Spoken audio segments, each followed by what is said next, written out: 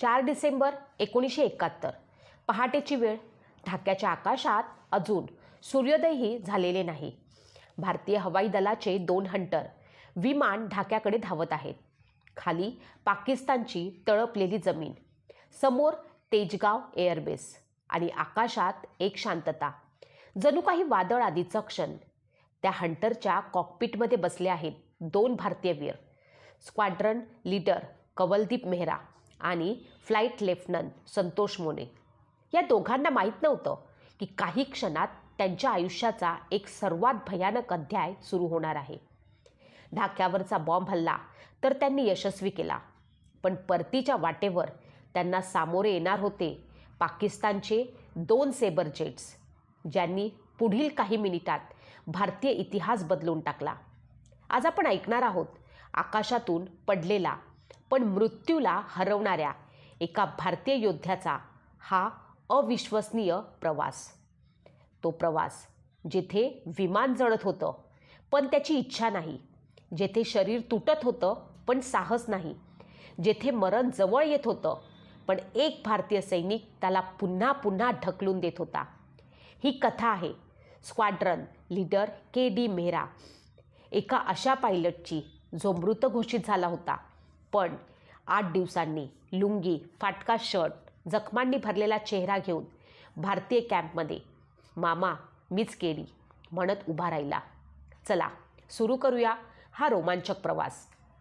4 डिसेंबर 1971च्या सकाळी दमदम विमानतळावरून उड्डाण घेतलेल्या 14 स्क्वॉड्रनच्या 2 हंटर विमानांनी ढाक्यातील तेजगाव विमानतळावर हल्ला केला.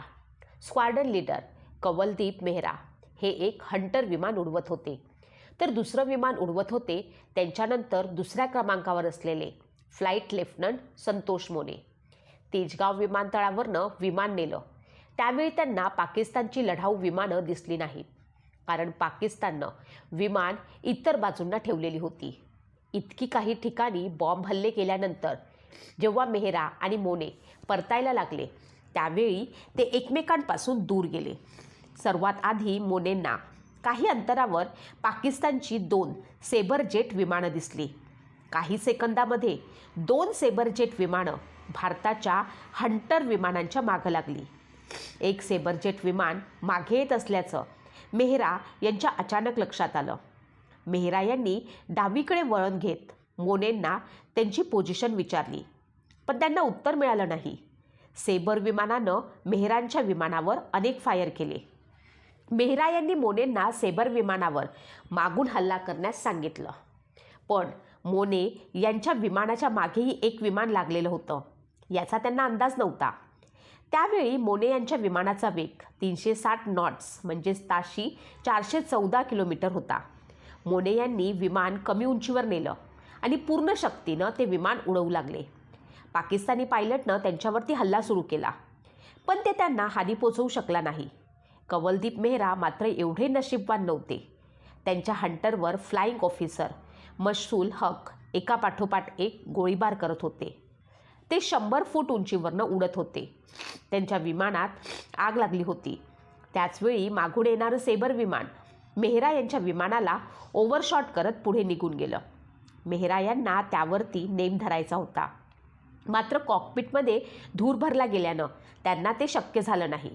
त्यांना श्वास घ्यायला अडचण होत होती. हळूहळू ही आग कॉकपिटपर्यंत पोचायला लागली.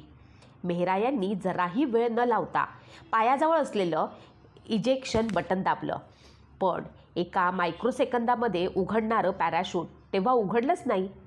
विमानाच्या वरची कॅनपी मात्र उडून गेली.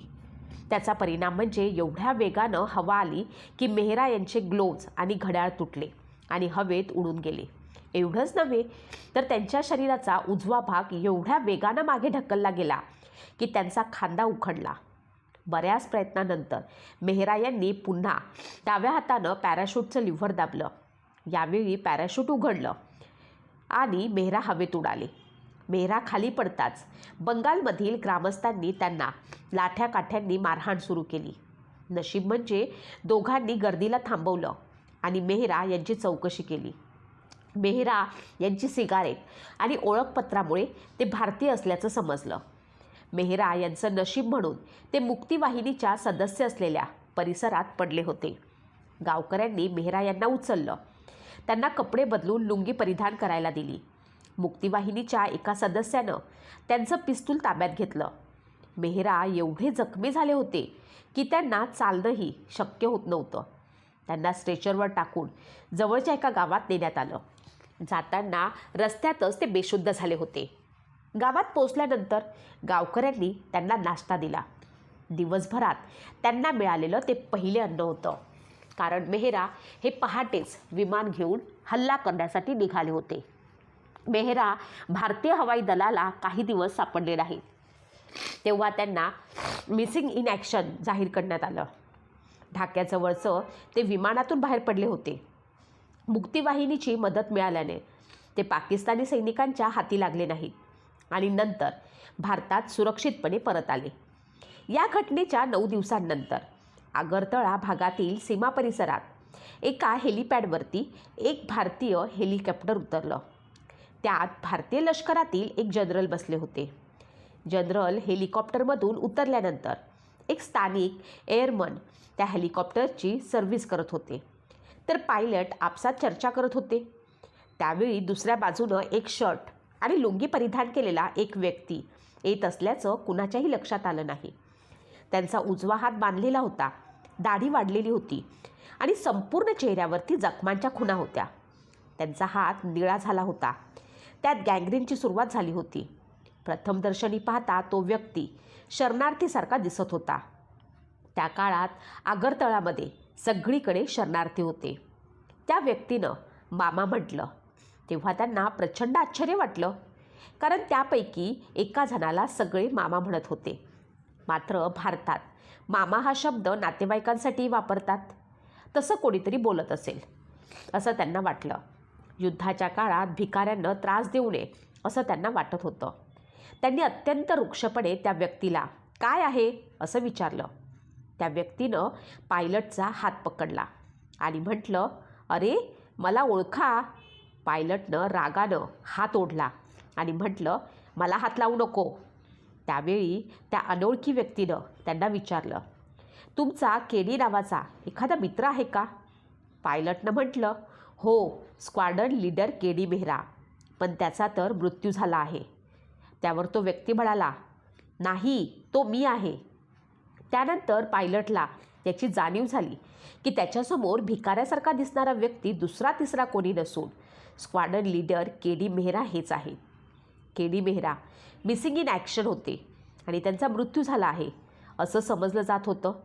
मुक्तिवाहिनीच्या मदतीनं मेहरा हे जवळपास 100 मैल अंतर कापत त्या ठिकाणी पोचले होते. 4 डिसेंबरला मेहरा यांचं विमान कोसळल्यानंतर मुक्तिवाहिनीच्या सदस्यांनी त्यांची काळजी घेतली होती. त्यांना खायला दिलं होतं, तसंच त्यांना उपचार देत त्यांची खातरदारी केली होती. मुक्तिवाहिनीतील तरुण सदस्य शुएबन मेहरा यांना लुंगी आणि शर्ट परिधान करून भारतीय ठिकाणापर्यंत पोचवण्याची जबाबदारी घेतली होती. त्यापूर्वी त्यांचा फ्लाइंग सूट आणि ओळखपत्र जाळून नष्ट करण्यात आलं होतं. मेहरा मुक्तवाहिनीबरोबर असल्याची माहिती भारतीय लष्करापर्यंत पोचवण्यात आली होती, पण पाकिस्तानींनी त्यांचा शोध सुरू करायला नको म्हणून याबाबत फार चर्चा करण्यात आली नव्हती. वाचवण्यात आलेले पायलट हे कदाचित केडी मेहरा असावेत असं मेहरा यांच्या 14 स्क्वाड्रन 2 दिवसानंतर सांगण्यात आलं. मेहरा यांना विमान पडलं त्या गावात थोड्या वेळासाठी ठेवण्यात आलं होतं. त्यानंतर त्यांना झोपडीतून काढून एका तलावाच्या पाण्याखाली लपवण्यात आलं. त्यांना श्वास घेण्यासाठी एक पाईप देण्यात आला. मेहरा हे दुपारपर्यंत तलावाच्या पाण्याखाली होते. सायंकाळी अंधार झाल्यानंतर गावकऱ्यांनी येऊन त्यांना पाण्याबाहेर काढलं होतं. मेहरा यांना शोधायला आलेल्या पाकिस्तानी सैनिकांनी संपूर्ण गाव जाळलं, मात्र कुणीही मेहरा यांच्याबाबत माहिती दिली नाही. पाकिस्तानी सैनिकांचे अत्याचार सहन करत गावकऱ्यांनी मेहरा यांना 5 दिवस त्यांच्यासोबत सुरक्षितपणे ठेवलं. केडी मेहरा यांनी ढाक्याच्या पश्चिमेला पॅराशूटद्वारे उडी मारली होती. मुक्तिवाहिनीनं त्यांना पूर्व दिशेला आगरतळ्याकडे जाणं योग्य राहील असं सांगितलं होतं. शुएबला सोबत घेतलेल्या मेहरा यांनी एका मच्छीमाराच्या नावेद्वारे मेघना नदी ओलांडली. त्याचवेळी त्यांच्याबरोबर मुक्तिवाहिनीचा आणखी एक सदस्य सर्वरही आला. नदी ओलांडताना पाकिस्तानच्या गनबोटचा एक ताफा येताना दिसला. तेव्हा एक मोठा धोका निर्माण झाला होता. मेहरा आणि त्यांच्याबरोबर असलेल्यांनी पाकिस्तानी गनबोटपासून दूर राहण्याचा खूप प्रयत्न केला, कारण त्यांना पाकिस्तानच्या बोटनं पकडलं असतं तर त्यांचा मृत्यू होणार हे निश्चित होतं. पाकिस्तानची बोट जवळ येत होती आणि मेहरा आणि त्यांच्या साथीदारांनी वाईटातील वाईट गोष्टीसाठी मनाची तयारी केली होती. त्याचवेळी अचानक भारतीय हवाई दलाच्या 4 विमानांनी पाकिस्तानच्या गनबोटवरती हल्ला केला. त्यांनी हल्ला केलेल्या बॉम्बमुळे बोटमध्ये आग लागली. त्यामुळे मेहरा आणि त्यांच्या सहकाऱ्यांच्या जीवात जीव आला आणि त्यांनी पूर्वेच्या दिशेला पुढे जायला सुरुवात केली. पुढे त्यांना पाकिस्तानची आणखी एक बोट दिसली, पण त्यांनी काही अंतरावरती जात लांब गवताचा आडोसा घेतला. त्यामुळे पाकिस्तानला त्यांच्याबाबत माहिती मिळाली नाही. मेघना नदीच्या पूर्व किनाऱ्यावरती उतरल्यानंतर त्यांनी आगरतळापर्यंत 3 मैलांचं अंतर पायी चालून कापलं. जखमा आणि वेदना असूनही मेहरा हे तासनतास चालत राहिले. अखेर ते भारतीय लष्करांची वाहनं ये जा करत असलेल्या मार्गावरती पोहोचले. त्यांनी हात दाखवून एक जीप अडवली आणि भारतीय सैनिकांना संपूर्ण घटना सांगितली. त्या तिघांना एका जीपमधून कॅम्पमध्ये ठेवण्यात आलं. त्या ठिकाणी त्यांची कसून चौकशी करण्यात आली. मेहरा यांनी आग्रह केल्यानंतर हवाई दलाच्या मुख्यालयाला एक संदेश पाठवण्यात आला.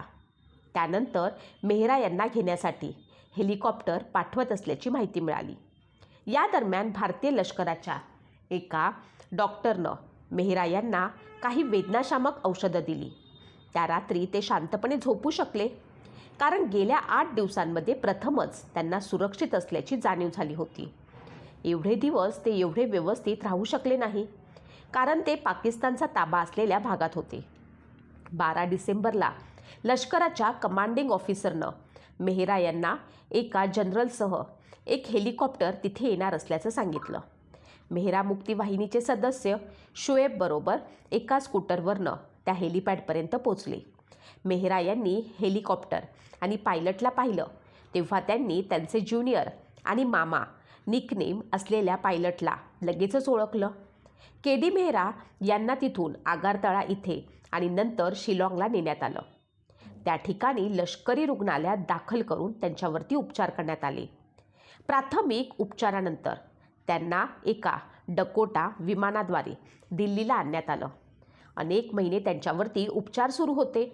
एक वेळ तर अशी आली की त्यांचा हात कापावा लागणार असं वाटलं होतं. त्यांचा हात वाचवण्यात डॉक्टरांना यश आलं, पण आरोग्याच्या इतर समस्यांमुळे त्यांना विमान उड्डाण करण्यास मनाई करण्यात आली. युद्ध संपल्यानंतर 5 वर्षांनी त्यांनी हवाई दलामधनं वेळेआधीच निवृत्ती स्वीकारली. 4 सप्टेंबर 2012 रोजी स्क्वाड्रन लीडर कंवलदीप मेहरा यांनी वयाच्या 73व्या वर्षी या जगाचा निरोप घेतला. 8 दिवस जखमा, वेदना, तहान, उपासमार, नदीचा द्रोह, पाकिस्तानी गनबोट्सचा पिछा आणि प्रत्येक वळणावरती मृत्यूची सावली, पण तरीही स्क्वाड्रन लीडर कंवलदीप मेहरा जिवंत भारतात परतले. एका पायलटनं आपलं विमान गमावलं, हात गमावण्याच्या उंबरठ्यावरती पोचला, पण धैर्य नाही गमावलं. मुक्तिवाहिनीचे साधे गावकरी त्यांच्यासाठी ढाल बनले. त्यांना लपवले, वाचवले, नदी ओलांडली, जीव धोक्यात घातला, कारण त्यांच्या नजरेत हा पायलट नव्हता, हा भारताच्या स्वातंत्र्याचा एक सैनिक होता. आज भारतीय इतिहासात मेहरा यांचं नाव लिहिलं जातं शौर्याने, जिद्दीने आणि न हार मानण्याच्या अदम्य इच्छाशक्तीनं. 4 सप्टेंबर 2012 हा आकाशगामी गरुड अनंतात विलीन झाला, पण त्यांनी दिलेला संदेश कायम जिवंत आहे. विमान पडू शकतं, शरीर तुटू शकतं, पण भारतीय सैनिक कधीच हार मानत नाही. जर तुम्हाला ही अद्भुत, मन हेलावून टाकणारी कथा आवडली असेल तर चॅनलला लाईक करा, शेअर करा आणि इतिहासातील अशाच शौर्यकथांसाठी चॅनलला सबस्क्राईब नक्की करा. जय हिंद, जय जवान.